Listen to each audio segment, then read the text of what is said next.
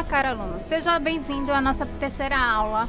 Nós antes vimos a primeira competência que falou sobre o comportamento do colaborador no ambiente de trabalho.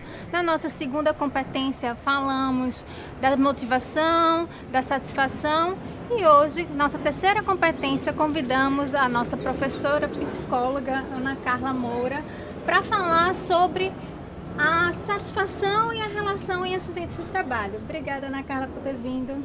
Obrigada também, Cíntia. Um prazer estar com vocês aqui. Que bom. Para começar, eu queria saber qual é a relação da satisfação do trabalhador no ambiente de trabalho, se isso está relacionado à sua saúde. Bom, o trabalho representa na vida da gente uma grande parte do nosso tempo, né? Ele tem um significado muito forte na vida da gente, independente da gente estar numa fase de empregabilidade ou não. O trabalho ele tem um espaço muito grande, ele ocupa um espaço muito grande na vida da gente. Então, que esse trabalho realmente seja prazeroso e que ele seja bom é o ideal, é a busca de todos nós, né?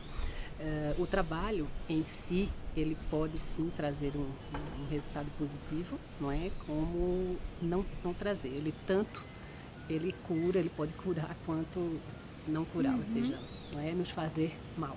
Mas a ideia que a gente entenda aqui a relação entre a saúde do trabalhador e o trabalho é a seguinte: o trabalho, ele, quando a gente se identifica com ele, não é? Quando a gente tem um ambiente de trabalho agradável, quando a gente tem um ambiente de trabalho saudável, que reúne pessoas motivadas, reúne um ambiente de trabalho com a infraestrutura mínima adequada à sua tarefa, ela só vai trazer um bom resultado para a empresa e para você também.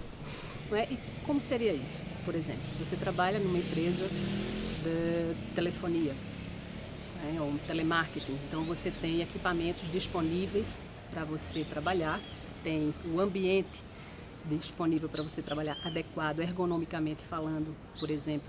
Então você tem toda a condição favorável para você ter um trabalho bem feito, né, e manter a sua saúde em dia, né? A saúde do trabalhador deve ser uma preocupação tanto dele mesmo quanto da organização.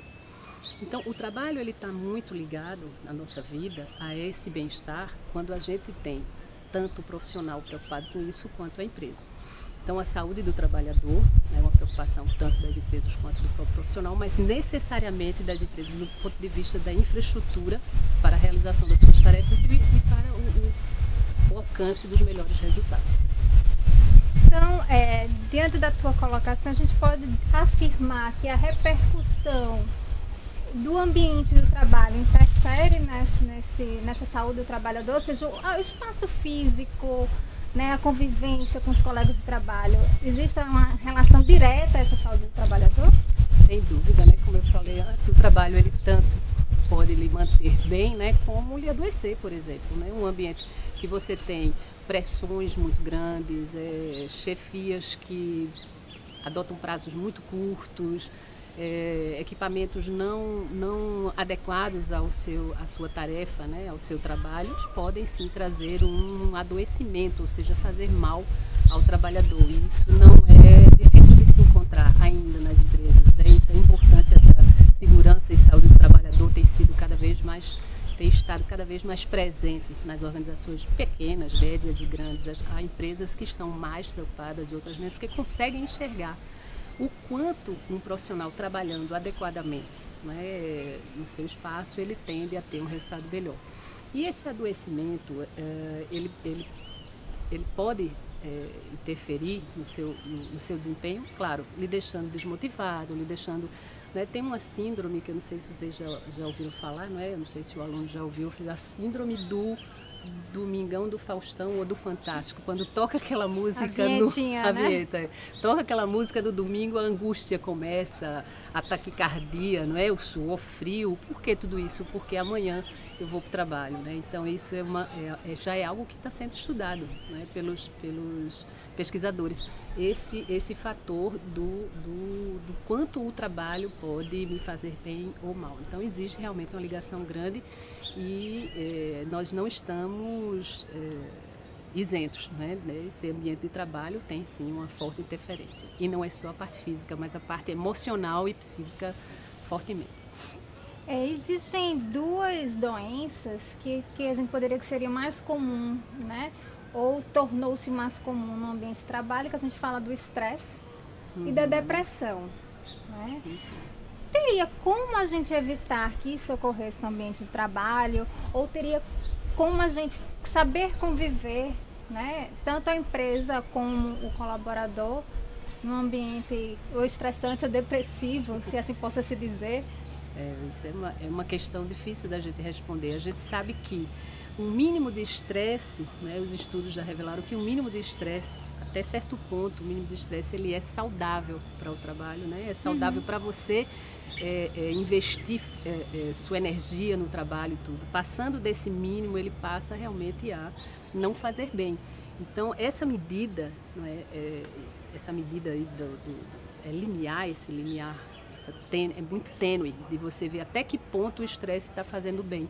E o estresse no sentido da pressão, porque não há trabalho sem uma pressão mínima, não é? A gente tem prazos, a gente tem, que dar resultado, as organizações elas precisam apresentar, elas têm um objetivo principal que é realmente, pelo menos dentro do sistema capitalista, realmente é o lucro, né? Então ela precisa ter resultado. Então ela vai sim ter uma equipe, né, qualificada, e aí eu acho que o que pode fazer toda a diferença, Cíntia, aí é o seguinte: uma equipe qualificada trabalhando, ela não vai despender tanto esforço, ter tanto estresse para alcançar o resultado, quanto uma equipe que não tenha qualificação para determinada tarefa, ou não tenha o perfil para determinada tarefa, né? Ou minimamente o líder, aquele que responde pelo setor, responde pela área e pelos resultados, ele não tem habilidade para identificar também as competências de seus profissionais trabalhando naquela determinada tarefa. Eu pedi, por exemplo, para, vou falar de futebol que talvez fique mais fácil, mas não fazendo aqui uma referência para um goleiro, por exemplo, que tem que jogar no ataque. Ele talvez não tenha um desempenho bom e ele se estresse muito por não conseguir, né, fazer o gol, mas na posição de goleiro ele vai ter um desempenho bem melhor e não vai se estressar tanto. Eu fui pro extremo agora falando de futebol, mas se a gente fosse falar de uma recepcionista, de um profissional, né, que trabalha... um técnico que trabalha em determinada tarefa, então assim, se ele não tem a competência, ele vai despender um esforço maior e ele vai se estressar muito mais se o líder não estiver preparado e tudo isso realmente. Mas é possível quando a empresa consegue ter, por exemplo, uma área, né, de gestão de pessoas bem estruturada, uma equipe de saúde e segurança estruturada, né, mantendo seus técnicos, seus profissionais de segurança e saúde do trabalhador antenados, pesquisando as boas práticas, entendendo de fato qual a melhor saída para os resultados e que as pessoas não adoeçam tanto, né? Que realmente os índices estão alarmantes, né? O estresse, a depressão, então, porque são transtornos de ansiedade. Isso. Né? A depressão, eu já falei com a história daquela vinheta do domingo, mas não só isso, mas sintomas como distúrbio do sono, né? Você encontra pessoas que não dormem bem, não estão dormindo bem. Né, chegam até a ter sonhos repetitivos, coisas desse tipo, e quando vão enfrentar o trabalho, isso lhe causa um desconforto muito grande, você pode adoecer. Então há realmente doenças que são causadas pelo trabalho e outras que são naturais, que você já pode ter na sua própria existência. Né? Então, mas é possível trabalhar com qualidade de vida, sendo prezada, né, pela empresa. Aí a gente antecipando, em vez de só agir após o ocorrido, fica mais fácil a gente manter um ambiente mais agradável. Sem dúvida, sim. E aí você colocou que é o psicológico desse colaborador. E aí eu questiono, qual é a relação desse psicológico com o acidente do trabalho? Nossa, eu acho que o psicológico, né, no sentido do que o psicológico gera como comportamento, né, no trabalho, eu acho que é muito mais aí nesse sentido, ele tem toda a relação, né? Ele tem toda a relação com o acidente de trabalho, até porque o profissional que não está, primeiro, exercendo a função, eu vou voltar um pouquinho, mas eu acho que faz todo sentido, ele não exerce a função que ele se identifica, ou que ele tenha perfil, ou que ele tenha qualificação, há uma probabilidade maior, dele ou ele não se concentrar, ou ele não saber exatamente os equipamentos que deve utilizar para se proteger, ele não está envolvido na tarefa, ele não está fazendo o trabalho com gosto, com o esforço necessário, tudo isso vai ter uma interferência muito grande. E aí quando a gente vai e pensa aqui no psicológico, essas depressões, esses sintomas de ansiedade, todos esses aspectos da natureza, da psique, né? do comportamento, né? Eu estou numa condição insegura, se eu estiver numa condição insegura, eu posso conhecer todas as normas de segurança e tudo, mas não aplicá-las. Então Sim. Aí é que entra, eu acho que o aspecto do treinamento, né? Eu acho que do condicionamento, que é muito forte. Foi ótimo esse seu comentário agora, que me fez lembrar de uma pergunta que eu já estava pensando. Qual é a relevância do treinamento no comportamento de atos inseguros? Se isso está realmente relacionado, ou a gente pode evitar um acidente, ou psicológico, a gente tem como lidar com isso. Enfim, essa relação que a gente não é tão simples, né, desse ser colaborador. Como a gente falava, né, o treinamento propriamente dito, ele vai trazer sim um bom resultado. No entanto, voltando para a questão da competência ou da qualificação do profissional, mais uma vez, interferindo na condição, não na condição, desculpe, mas no ato inseguro. O treinamento por si só, a educação para o trabalho, por exemplo, né, para o trabalho, para a atividade, né, de forma mais segura, para a atividade voltada para a saúde do trabalhador, ela tem toda a relevância no ambiente de trabalho, porque ela vai contribuir para minimizar, né, que o acidente, ou diminuir, ou de fato que o acidente não aconteça. Porque se eu sei o que eu tenho que fazer e como eu devo fazer de forma segura, né, prezando pela segurança, não há como ser diferente. Agora, isso depende e muito do meu psíquico, claro. Eu preciso querer, porque não basta eu saber que eu preciso fazer e conhecer que eu devo fazer. É a história do chá, né? Da competência propriamente dita. Então, se eu não quiser, se eu achar que aquilo não, né, o EPI é desconfortável, né, o EPI me causa o protetor auditivo, auricular, né, auditivo, auricular, me incomoda, que a capa para o profissional que trabalha com eletricidade incomoda, e tudo isso eu achar que não é relevante, não vai. Então, o trabalho de um profissional especializado, né, com a competência de segurança do trabalho como técnico, tem uma interferência muito grande. Como educador, né, mostrar os ganhos, mostrar as vantagens de se manter seguro, e se mantendo seguro eu tenho saúde. Se eu me mantenho seguro eu tenho saúde. É uma condição para eu estar, né, saudável no trabalho. E assim, isso me lembra um período que eu trabalhei na construção civil.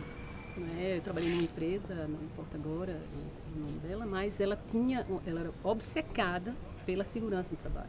Então, o valor do profissional da segurança do trabalho era muito forte, porque ele poderia, inclusive, interferir e parar determinada atividade ou determinada obra, construção civil, né? E eu convivi de perto por conta da área de RH. Então, assim, a gente via que os resultados, então, assim, o mínimo de acidente e do acidente menos grave possível.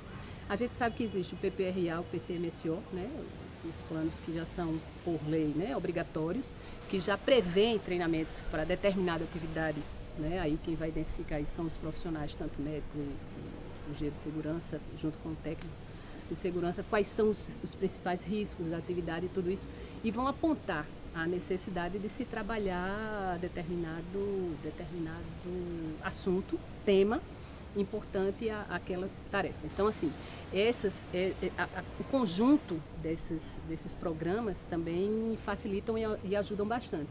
Mas aí volta para a questão do comportamento e do querer do profissional. Teve uma outra empresa também, recentemente, que eu trabalhei, que eles também ainda são, né, bastante obcecados por saúde e segurança do trabalhador. E meio ambiente, né, que entra também nessa questão. E aí eles têm programas, além de PPRA e PCMSO, claro, né? Tem outros programas de saúde do trabalhador e qualidade de vida do trabalhador. Eles chamam os seus colaboradores, os seus profissionais de força de trabalho. Eles têm um olhar sobre o trabalhador, um cuidado muito grande com o trabalhador. Então, a empresa que cuida, o profissional também precisa se cuidar, precisa querer e entender isso. Aí o trabalho do treinamento nesse sentido do condicionamento, de mostrar vantagens, e do técnico principalmente eu acho que tem uma interferência muito grande do técnico de segurança do trabalho. Eu acho que ficou claro desde a nossa primeira videoaula que o técnico ele não precisa apenas ter o conhecimento técnico, isso é esse educador. né? Porque é a partir dessa educação que a gente vai conseguir realmente que haja mínimo acidente e incidentes do trabalho. É isso. Então, Ana Carla, muito obrigada, né? Eu te agradeço demais por essa oportunidade de estar aqui falando com nossos alunos, futuros técnicos de segurança do trabalho, e gostaria que você deixasse uma mensagem para eles. Nossa, agradeço, viu? Eu que agradeço, né, o convite, e fico muito lisonjeada de ter vindo falar um pouco para os colegas, né? Eu sou uma visionária, eu tenho paixão pela área de gestão de pessoas, né? Trabalhar competências e educar. Eu acho que isso é algo que tem que ser muito, a gente tem que ter muito cuidado e muito carinho nisso tudo, né? Então eu digo o seguinte para vocês, né, que são futuros profissionais e têm algo a ser construído, nunca parem, né? Sempre pensem em aprender mais e se especializar e melhorar e aprimorar sempre as suas competências. Não ache que você é um profissional completo ainda, nunca ache isso, porque eu acho que se você achar, você pode esquecer e deixar a sua profissão de lado. Busque sempre se atualizar, busque sempre mais conhecimento, mas principalmente se engajar e ter carinho e gostar do que você faz. Eu acho que esse pode ser o recado que eu tinha para dar para o pessoal. Maravilha. Muito obrigada.